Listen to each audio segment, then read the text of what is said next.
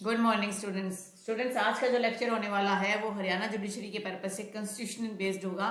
तो constitution of India से related आज का हमारा लेक्चर होगा।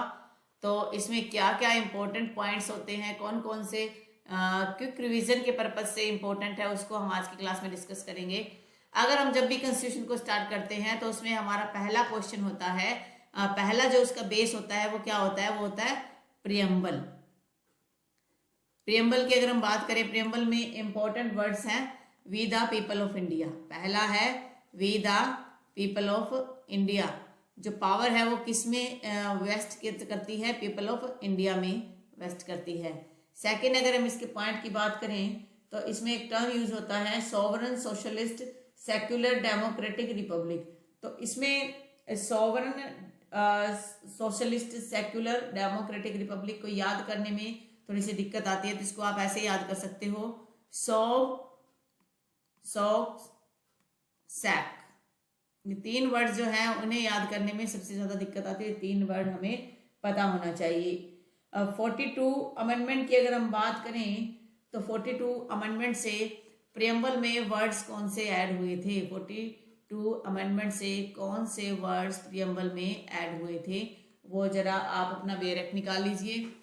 साथ में अपना बेरक भी पास रखिए क्योंकि उसमें भी कुछ पॉइंट्स है, मैं वो आपको टिक करवाने वाली हूँ। अगर हम बेरक को देखते हैं, मैं इसको पूरा का पूरा चेक करके आपको बताती हूँ कि अगर आप बेरक की बात करोगे तो उसमें वर्ड जो ऐड हुआ था, तो एक तो ये वर्ड ऐड हुआ था सोवरन, सोवरन वर्ड ऐड हुआ था। फिर कौन सा वर्ड ऐड हुआ था, सेकंड वर्ड इसमें ऐड हुआ था डेमोक्रेटिक, ठीक है। और उसे नेक्स्ट वर्ड कौन सा ऐड हुआ था, रिपब्लिक। ये तो इन 5 वर्ड्स में से sovereign socialist secular democratic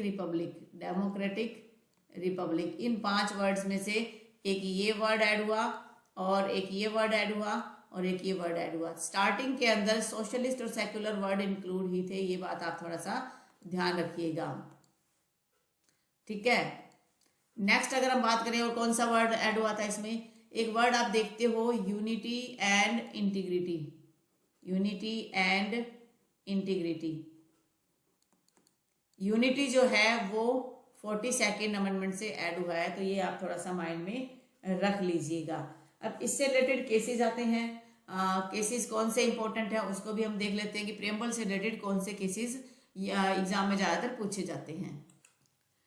cases को समझने से पहले एक दो पॉइंट्स और डिस्कस करते हैं कि जब हम वर्ड यूज करते हैं सोशलिज्म, सोशलिज्म वर्ड जो है वो डायरेक्टली कहाँ मेंशन किया गया है, तो वो आर्टिकल 39 जो डीपीएसपी का है वो डायरेक्टली जो है वो पार्टिकुलरली, डायरेक्टली नहीं क्योंकि पार्टिकुलरली इस वर्ड को यूज करते हैं।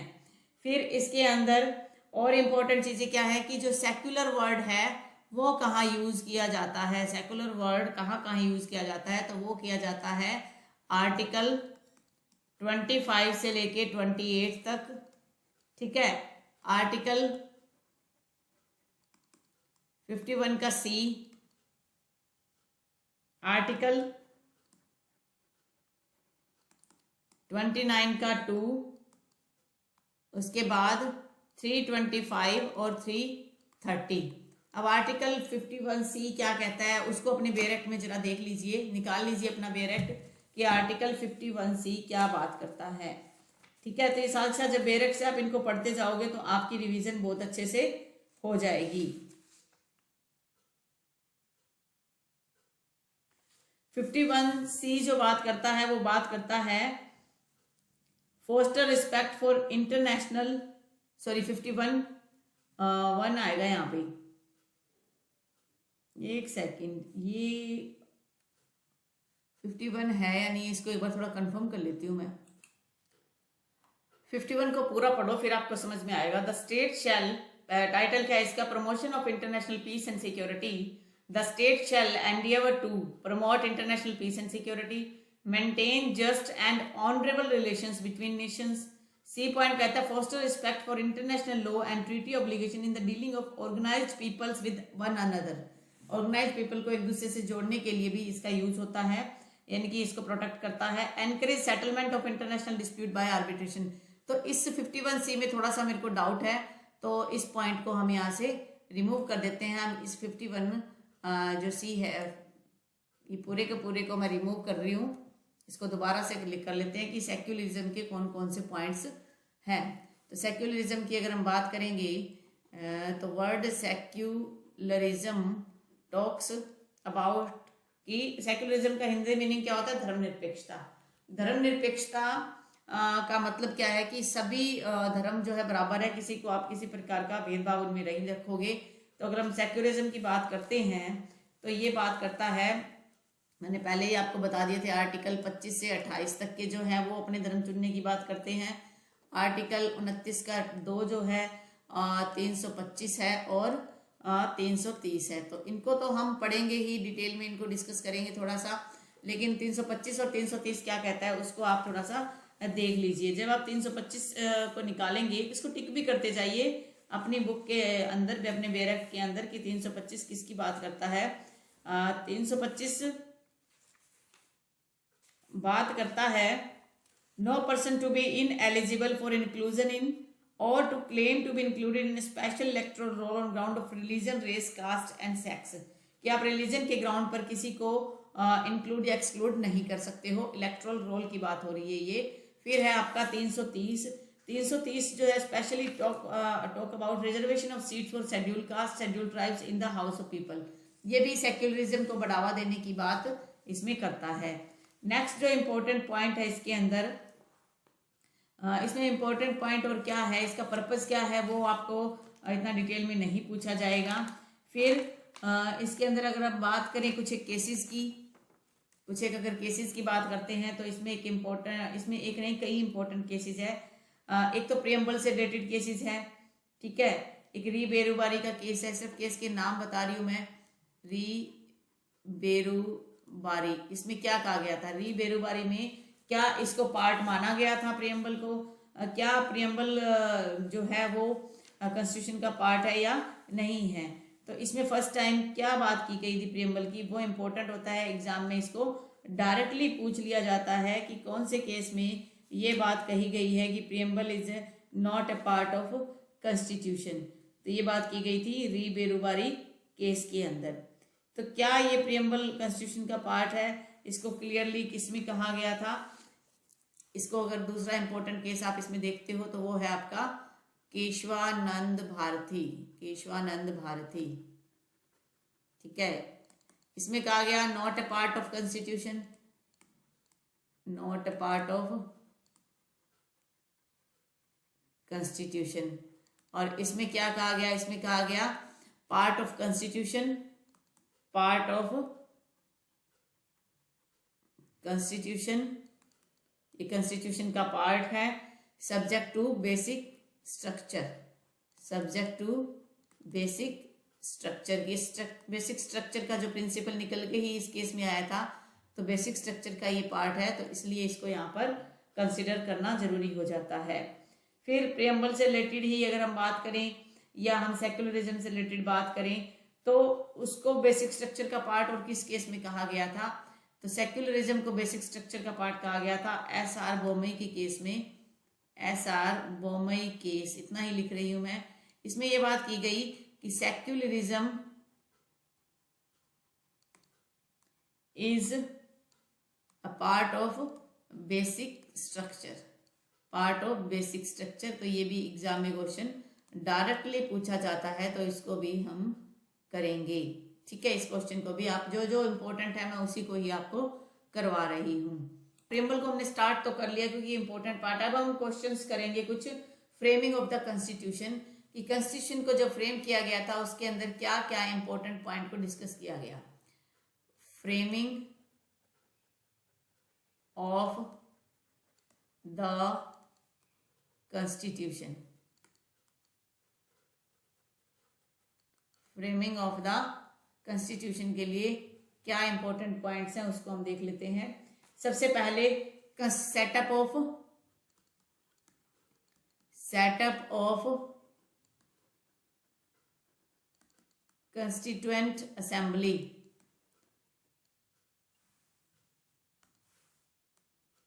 कंस्टिट्यूएंट असेंबली को कब सेटअप किया गया था, कौन सी वो, क्या हो रहा है, स्पेलिंग क्यों गलत लिखी जा रही है, लेट में लेट हो रहे हैं हम लोग। कंस्टिट्यूएंट असेंबली कब उसको सेट किया गया था, ये किया गया था अगस्त 1946 में। देखिए मेरे पास इसके प्रिंटेड नोट्स नहीं है, नोटबुक के नोट्स हैं जिसपे मैंने इतना हाईलाइट कर रखा है जो आपको समझ में नहीं आएगा। तो कैबिनेट मिशन प्लान में कितने मेंबर्स थे, cabinet mission plan has 3 members. 3 members कौन कौन से थे, ठीक है। पहला लॉरेंस, ठीक है। Second Cripps, third Alexander. और इनमें लॉरेंस जो था वो क्या था, चेयरमैन था, ठीक है। तो ये हो गया इसका इंपॉर्टेंट पॉइंट कि वो क्या था, इसमें चेयरमैन था।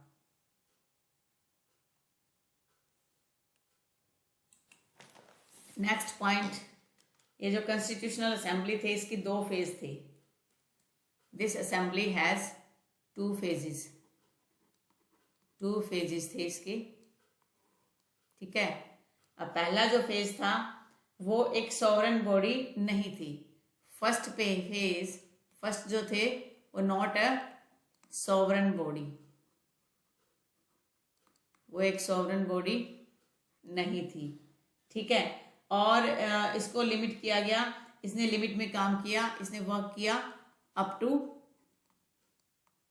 14 अगस्त 1947 में। फिर अगर हम सेकंड फेज की बात करें, सेकंड जो फेज था ये सॉवरेन बन गया, sovereign after Indian independence act 1947, ये सॉवरेन बन गया। तो 2 फेजेस में डिवाइड था, ठीक है। अब हम बात करते हैं मेंबर्स कौन थे कॉन्स्टिट्यूशन असेंबली के। ब्लैक ही ले लेते हैं जो इजी रहेगा। एक सेकेंड, यहां से स्टार्ट करते हैं। Members of constituent assembly, members कौन थे इसके, ठीक है। ये अलग एक हेडिंग बना लो आप।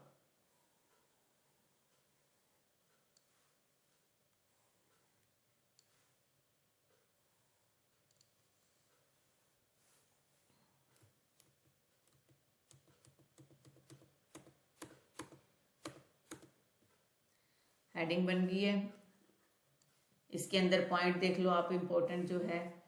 उस टाइम में जो सीट अलोकेट की गई थी 1 मिलियन पे की गई थी, इतना ज़्यादा इंपॉर्टेंट नहीं है। सीट्स डिस्ट्रीब्यूटेड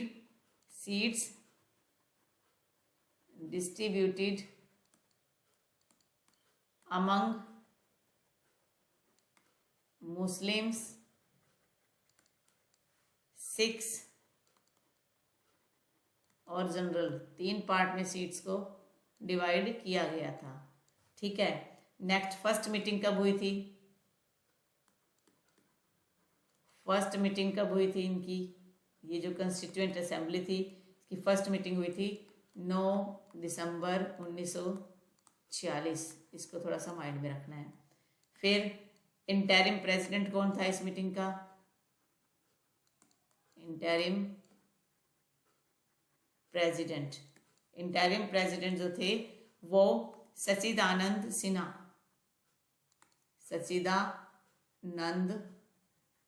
सिन्हा, कितने दिन के लिए थे, 2 डेज के लिए, ठीक है। आफ्टर दैट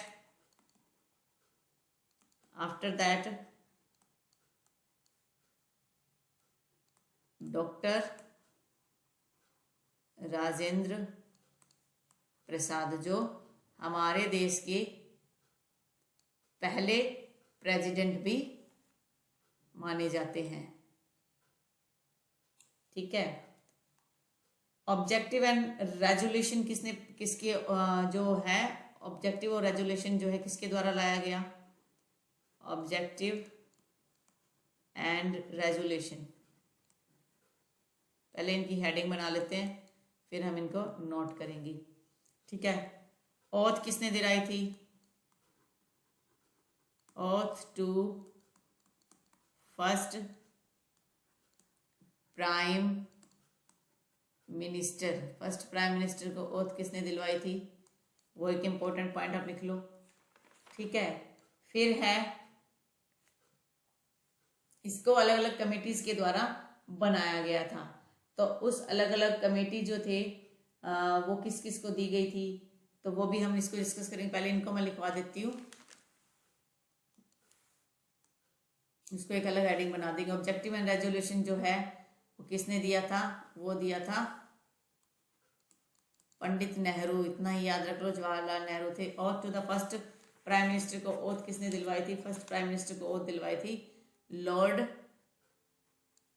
माउंट बेटन ने। ठीक है, ये इंपॉर्टेंट पॉइंट हो गया। नेक्स्ट हेडिंग बना लेते हैं कमेटीज।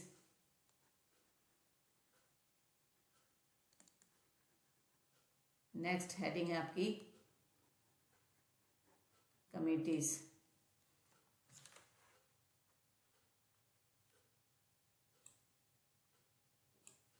कमेटीज कौन कौन सी कमेटीज थी उस टाइम में? पहली बात, अपॉइंट कब हुई थी ये कमेटी?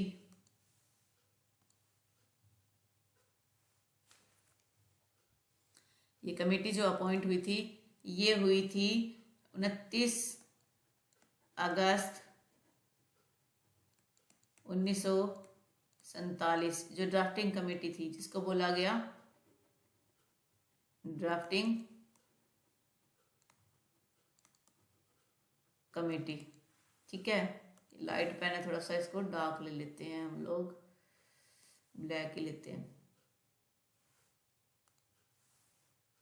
ठीक है। इसके अंदर मेंबर्स कौन कौन थे, किसने कौन सा काम संभाला था, उसको जरा समझ लेते हैं।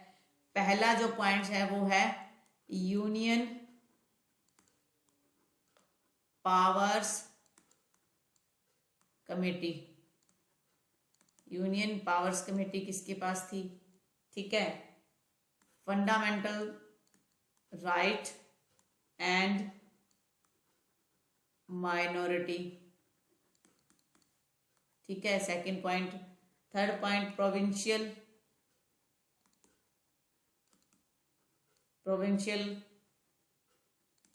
Constitution committee. Provincial constitution committee. ठीक है। फिर स्टीयरिंग कमेटी।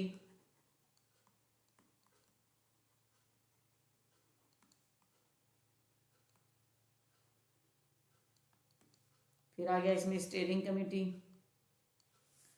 फिर है order of business committee.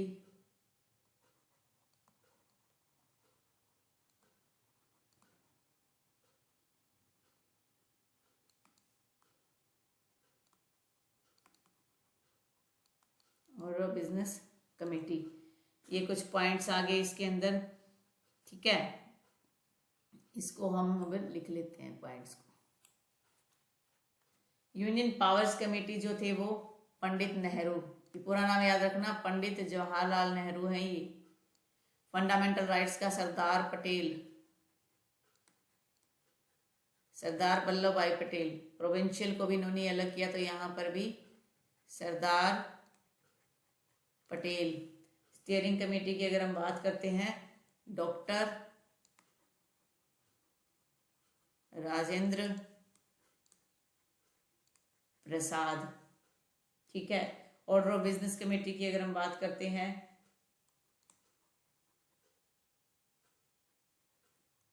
Kanhaiya Lal Munshi, जिसे केएल मुंशी भी बोला जाता है।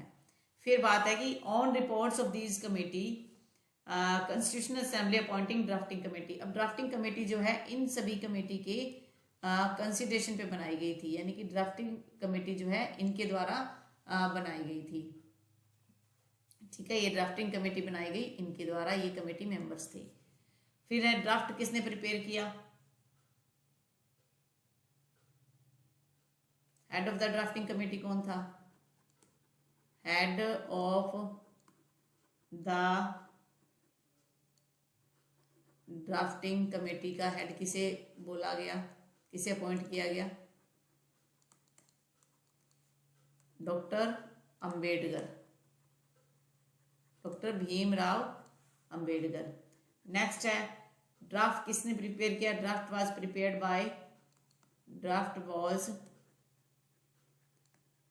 Prepared by B.N. Rao. B.N. Rao ने ड्राफ्ट प्रिपेयर, ये क्वेश्चन आता है, बहुत इंपॉर्टेंट है। ठीक है, फिर है उस टाइम में एक सिंबल भी लिया गया था कि जो उस कमेटी को लीड कर रहा था, तो उस टाइम का जो सिंबल था elephant. Elephant was adopted as a symbol, adopted as a symbol of Constituent Assembly।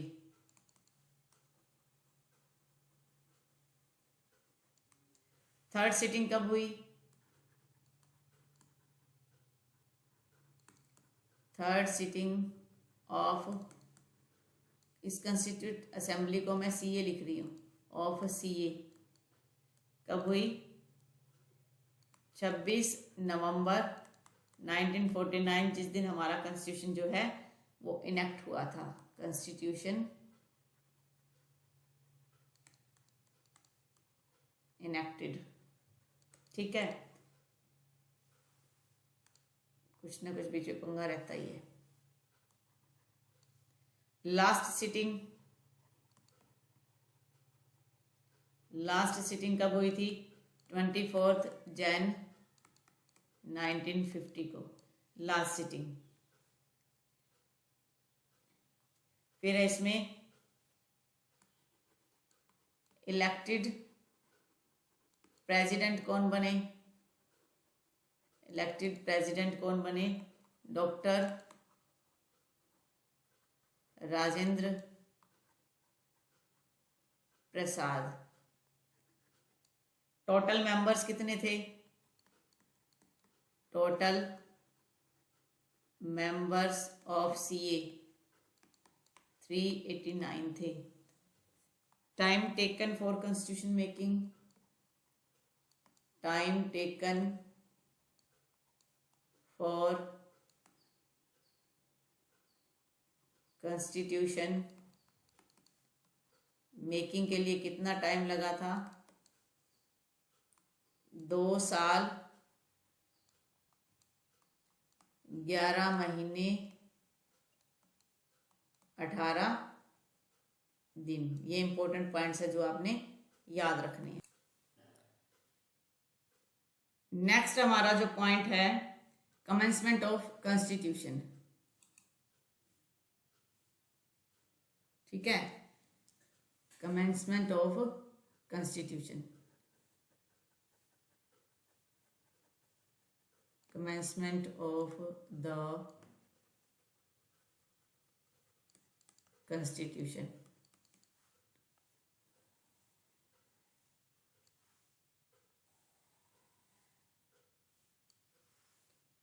Originally कितने इसमें आर्टिकल थे? ओरिजिनली कितने थे? 395 आर्टिकल्स, 22 पार्ट्स, 8 शेड्यूल। ठीक है,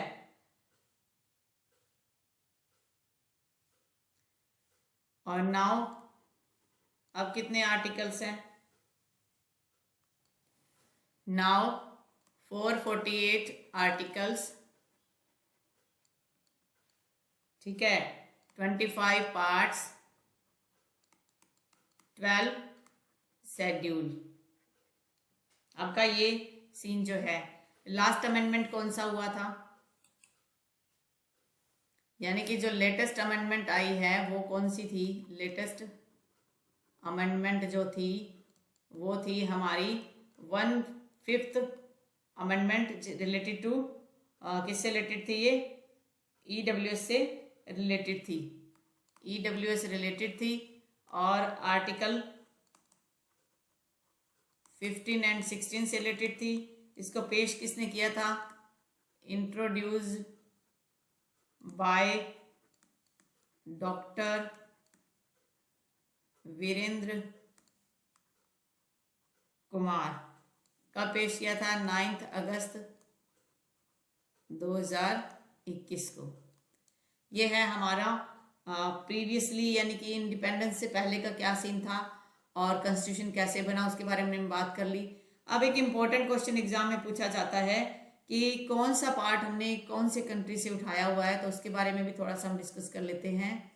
ठीक है, तो उसको एक हेडिंग बना लो आप, सोर्सेज ऑफ द कॉन्स्टिट्यूशन का सोर्स, कहाँ कहाँ से हमने मांग के लिया है, बोरो किया है। ठीक है, पहली कंट्री हम देखते हैं यूके। यूके से क्या क्या लिया है, यूके से क्या क्या लिया है हमने, फेडरल स्कीम यूके से ली है, पार्लियामेंट्री मॉडल यूके से लिया है। ठीक है, फिर emergency power,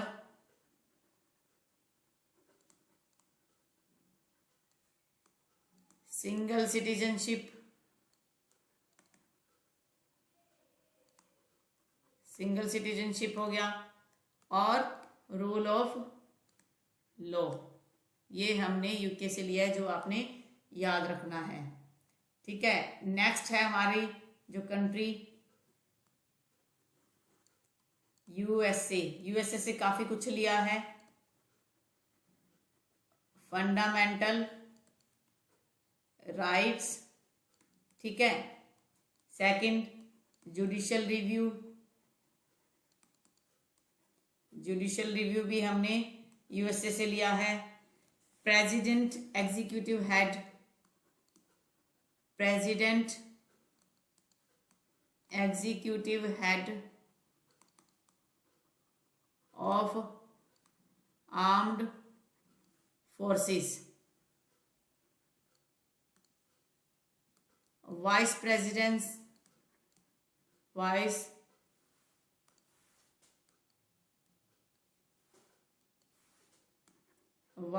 president ex officio.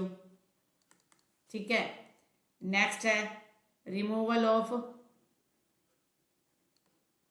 High court and supreme court जजेस। Next, equal protection under law, equal protection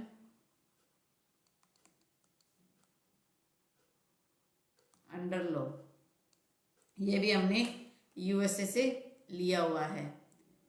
next जो कंट्री है हमारी वो है आयरलैंड। आयरलैंड से हमने क्या क्या लिया हुआ है, DPSP, directive principle of state policy, president election,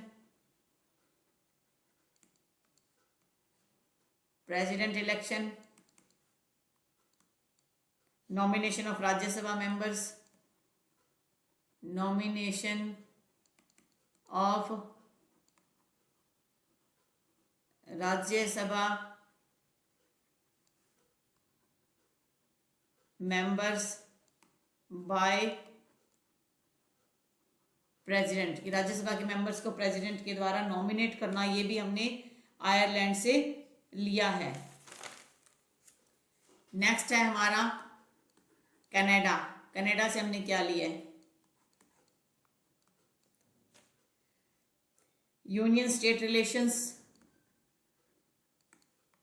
union state relations, residuary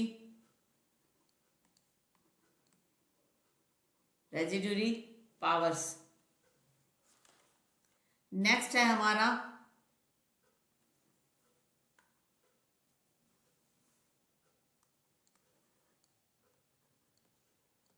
Weimar. Weimar मतलब जर्मनी।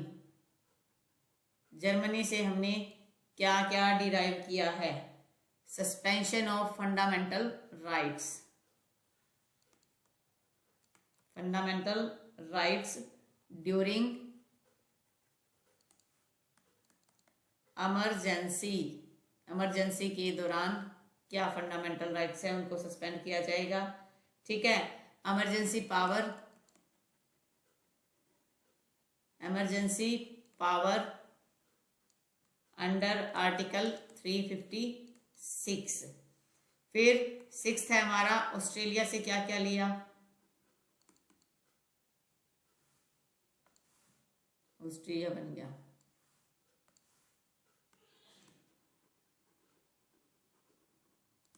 ऑस्ट्रेलिया से हमने क्या क्या लिया है? ये बार बार मैसेज खा गए हैं।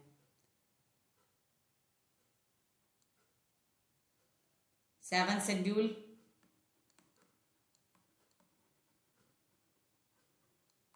Idea of concurrent list,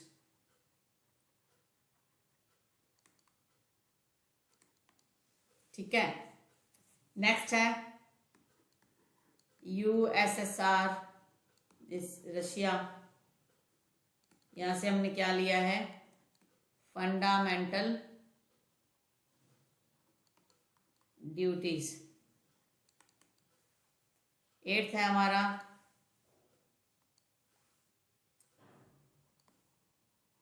south Africa. यहां से हमने क्या लिया है? अमेंडमेंट्स। नाइन्थ है हमारा जापान। यहां से लिया है ड्यू प्रोसेस ऑफ लॉ। ठीक है, ये है जो हमने डिराइव किया है अदर कंट्रीज से। अगर हम हमारे टोटली पूरे कॉन्स्टिट्यूशन को अगर डिवाइड करते हैं तो ये तीन इंपॉर्टेंट पॉइंट्स में डिवाइड है, divide into three important parts. The constitution is constitution framework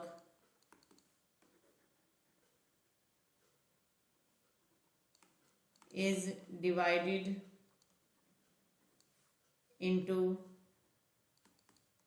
three parts. First, structural part, जो मेनली हमारा स्ट्रक्चर कहाँ से बना?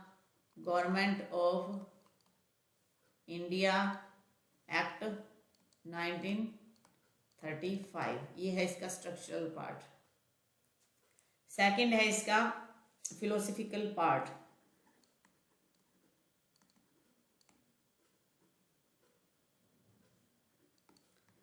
फिलोसफिकल पार्ट जो है वो है अमेरिका प्लस में आयरलैंड। फिलोसफी क्या है, कहाँ से निकल गया ये है। ठीक है, लास्ट है पॉलिटिकल। पॉलिटिकल पार्ट जो है वो है हमारा यूके कॉन्स्टिट्यूशन। क्या यूके का कॉन्स्टिट्यूशन रिटर्न में है? नहीं जी, यूके का कॉन्स्टिट्यूशन रिटर्न में नहीं है। इसके साथ साथ हम कुछ एक क्वेश्चन के फैक्ट और कर लेते हैं जो 2021 में पूछे गए थे। 2000 HJS questions.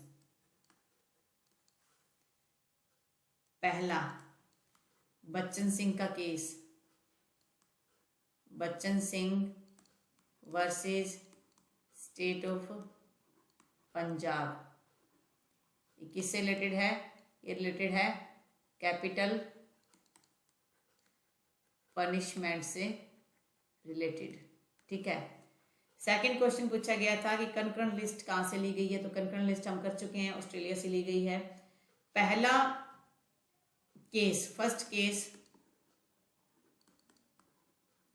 Of judicial review का पहला केस कौन सा था जो हमारी कंट्री का नहीं था? ये था मरबरी versus medicine.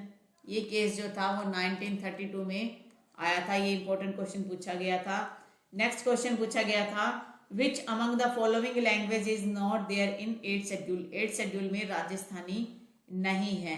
Rajasthani language not in, Rajasthani language not in 8th schedule. ये क्वेश्चन भी पूछा गया था जिसका ये राइट आंसर है। नेक्स्ट बात करते हैं, नेक्स्ट क्वेश्चन की बात करते हैं।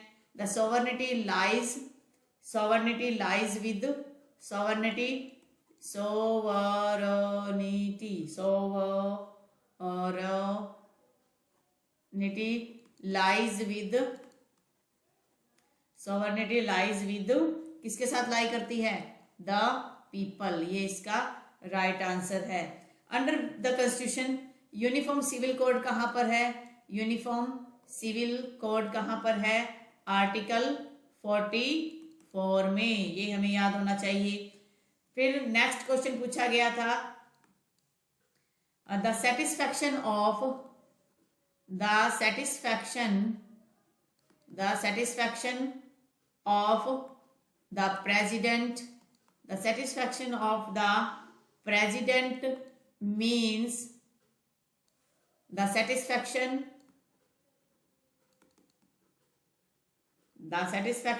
of the council of ministers, council of ministers,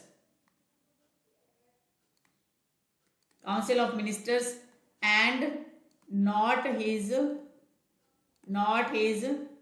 personal satisfaction, not his personal satisfaction. It was held in, ये जो लाइन है कहाँ हेल्ड, किस में हेल्ड की गई? It was held in, कौन सा केस था?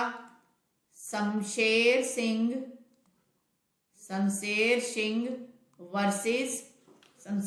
वर्सेस स्टेट ऑफ पंजाब के केस में ये बात की गई थी। Shamsher Singh versus state of Punjab के केस में ये बात की गई थी। नेक्स्ट क्वेश्चन है कि article 36, article 360 of the constitution has been invoked. क्या 360 की जो फाइनेंशियल जो इमरजेंसी, क्या वो इन्वोक्ड हुई है? कितनी बार इन्वोक्ड हुई है? तो इसका आंसर है नेवर। ये कभी भी इन्वोक्ड नहीं हुई है। नेक्स्ट क्वेश्चन पूछा गया था कि the protection and improvement of environment including forest and wild life of the country is. जो प्रोटेक्शन ऑफ, सिंपल सा क्वेश्चन बनता है, protection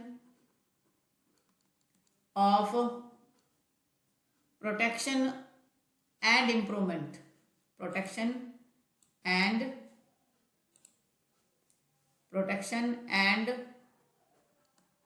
improvement, protection and improvement of environment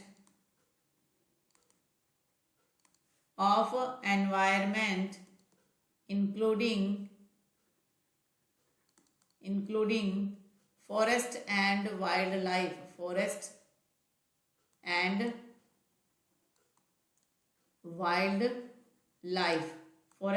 wildlife of the country is। किस किस में ये discuss किया गया है? तो ये क्या है? दोनों, both DPSP and fundamental right में ये दोनों फॉल करता है। फिर है secularism is a part of basic structure. Secularism is a part of basic structure. ये क्वेश्चन आज की क्लास में किया भी हुआ है। पार्ट ऑफ बेसिक स्ट्रक्चर, ये बात किस में की गई है? SR बोमई केस, ये हमने आज किया भी था। फिर लास्ट जो 2021 का लास्ट जो क्वेश्चन है, उसके बाद हम आज का वीडियो जो है फिनिश करते हैं, नेक्स्ट वीडियो करेंगे। फिर द कॉन्स्टिट्यूशन, ये कुत्ते भौंक रहे हैं हमारे घर में, 3 पेट्स और गली में कोई बोलता है तो कुत्ते भौंकते हैं। The constitution does not provide for the post, कौन कौन से पोस्ट के लिए कॉन्स्टिट्यूशन कुछ बात नहीं करता। देखो, डिप्टी चेयरमैन ऑफ राज्यसभा भी कॉन्स्टिट्यूशन में है, डिप्टी स्पीकर ऑफ लोकसभा भी कॉन्स्टिट्यूशन में है, deputy speaker of state legislative assembly भी कॉन्स्टिट्यूशन है, लेकिन डिप्टी प्राइम मिनिस्टर नहीं है। डिप्टी प्राइम मिनिस्टर नहीं है, ये बात थोड़ी सी समझने वाली है, जिसको आपने समझना है। अब दोबारा से एक बार मोटा मोटा इसे रिवाइज कर लेते हैं कि कितना कुछ हमने कर लिया है। रिवाइज नहीं करते, काफ़ी ज़्यादा हो गया है तो इसके लिए टाइम वेस्ट होगा। फिर भी चलो एक बार देखते हैं। देखिए, सोक सेक्स डेम रिपब्लिक, ये किस में कहा गया है? Sovereign socialist secularism democratic Republic, ये इंपॉर्टेंट पॉइंट है। ये सारे मैंने हाईलाइट कर दिए, ये नोट्स मैं आपको प्रोवाइड करवा दूंगी। ये जो है काफ़ी पेजेस बनेंगे और इसमें जो और कुछ इंपॉर्टेंट पॉइंट्स है वो भी हम डिस्कस करेंगे। अगर कुछ मुझे लगा कि इसके अलावा कुछ इंपॉर्टेंट पॉइंट्स हैं, कुछ इंपॉर्टेंट अथॉरिटीज़ हैं, वो मैं आपको करवाऊंगी बेयर एक्ट के साथ साथ। तो थोड़ा सा आप इस पर बने रहिए और हम करेंगे आगे डिस्कस। मिलते हैं नेक्स्ट क्लास में। हो सकता है आज की क्लास के बाद भी आज पूरे दिन में 3-4 लेक्चर अपलोड हों हरियाणा जुडिशरी की प्रिपरेशन से रिलेटेड, तो आप मेरे चैनल को सब्सक्राइब कर लीजिए और बेल आइकन पर क्लिक कर दीजिए। जैसे ही कोई वीडियो अपलोड होगा वो आपको अब तक मिल जाएगा। मिलते हैं नेक्स्ट वीडियो में। Thank you for watching and have a nice day. All the best for Haryana judiciary exam.